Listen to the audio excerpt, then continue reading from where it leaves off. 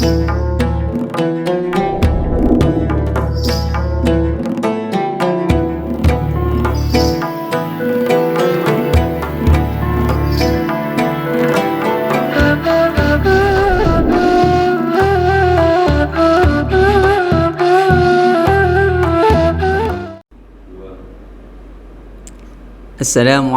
warahmatullahi wabarakatuh.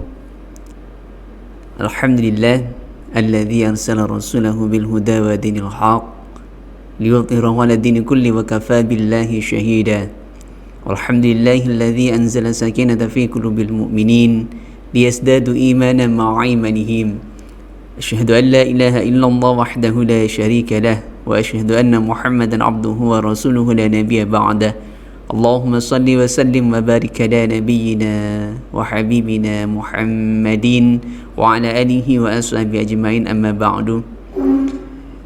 Sahabat podcastmu dimanapun anda berada, marilah pada kesempatan ini kita sama-sama melantunkan tasbih kita, tahmid kita, rasa syukur kita kepada Allah Subhanahu wa ta'ala atas limpahan nikmat karunia iman di dalam hati kita dan nikmat-nikmat lainnya, nikmat duniawi yang senantiasa Allah curahkan kepada kita.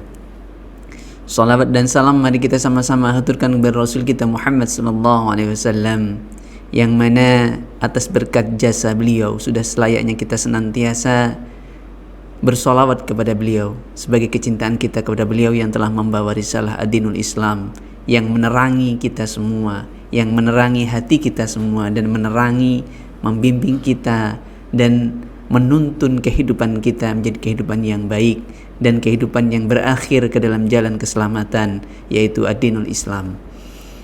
Sahabat podcastmu dimanapun anda berada, pada kesempatan ini saya akan menyampaikan tausiah yang berkaitan tentang dampak daripada rizki yang tidak halal atau rizki yang tidak barokah di dalam kehidupan kita.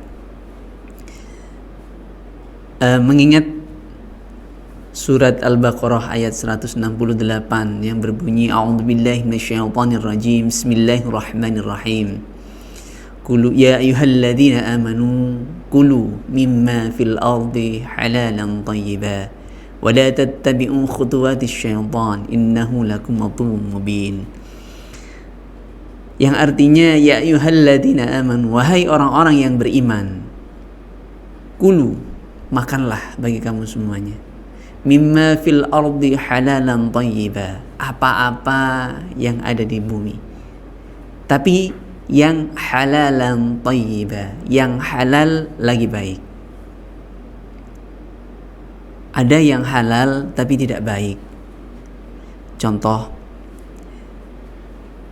orang kena penyakit diabetes, membeli gula dengan jalan rizkinya halal, tetapi dia berikan gula, akhirnya terlalu banyak makan gula, maka halal dimakan tapi tidak baik bagi kesehatannya. Jadi halal tapi tidak thayyib. Kemudian ada orang mencari nafkah, rizkinya halal, betul-betul halal dari hasil berdagang dengan kejujuran, dengan fair, tetapi dari rizki itu dia gunakan untuk jalan kemaksiatan. Dia belikan minuman-minuman, makanan yang bernilai haram di sisi Allah Subhanahu wa ta'ala, misalkan khamr dan seterusnya. Maka halal itu tapi tidak baik. Jadi halal rizkinya tapi dipergunakan pada jalan tidak baik. Nah, kita sebagai orang yang beriman diperintahkan Allah untuk memakan yang halal lagi baik, halalan thayyiban. Nah, uniknya di dalam surat ini digandengkan dengan peringatan terhadap musuh kita, yaitu syaitan. Wa la tattabi'u khutuwatis syaitan, dan janganlah kamu tattabi'u, mengikuti khutuwatis syaitan, langkah-langkah syaitan. Innahu lakum aduwwum mubin, sesungguhnya bagimu itu dia adalah musuh yang nyata. Jadi unik, memakan sesuatu yang haram dikaitkan dengan pengaruh syaitan. Jadi memakan sesuatu yang haram dikaitkan dengan pengaruh setan. Kenapa kok makanan?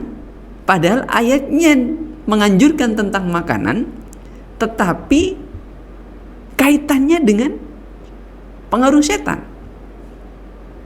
Nah, ternyata makanan itu sangat berpengaruh dalam jasad kita.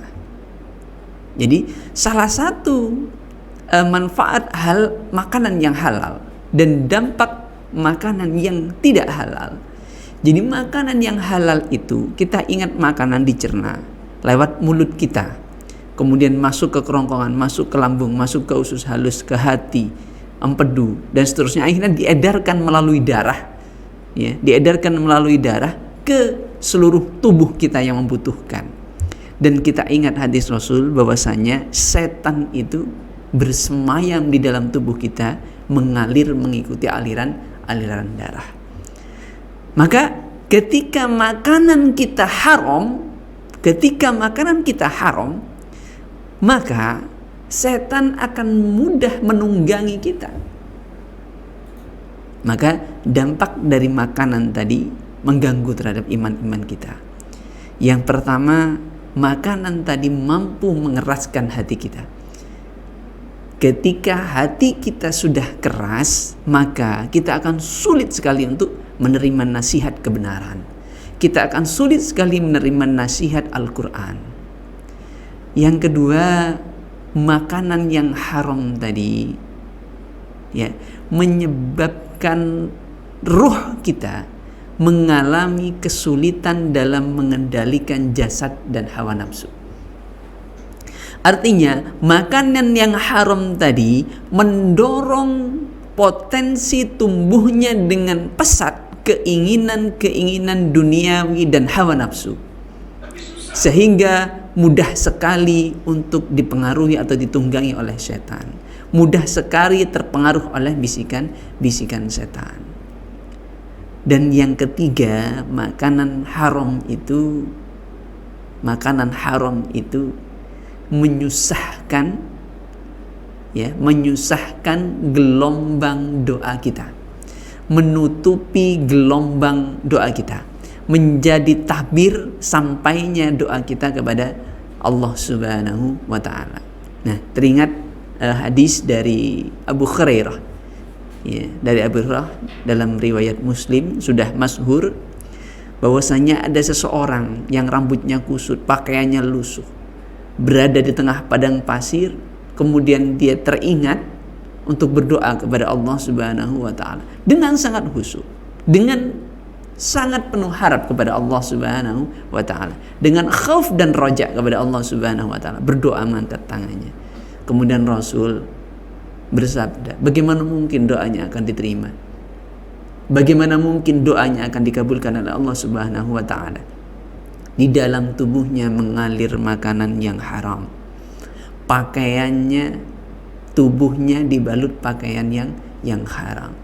Maka makanan haram tadi adalah menjadi tabir, menjadi penghalang sampainya doa kita kepada Allah Subhanahu wa ta'ala. Maka mari betul-betul kita sebagai orang-orang yang beriman, jika kita mengaku orang-orang yang beriman, berbeda kalau kita tidak mengaku orang yang beriman, karena perintahnya adalah ya ayyuhalladzina amanu, wahai engkau hambaku yang mengaku kamu beriman, kulu mimma fil ardi halalan thayyiba, makanlah di bumi itu, ya, rizki yang halal lagi baik, wala tattabi'u khutuwatis syaitan, dan janganlah dengan demikian itu jangan kita mengikuti langkah-langkah syaitan, sesungguhnya innahu lakum aduwwum mubin, syaitan itu adalah musuh yang nyata bagi kita.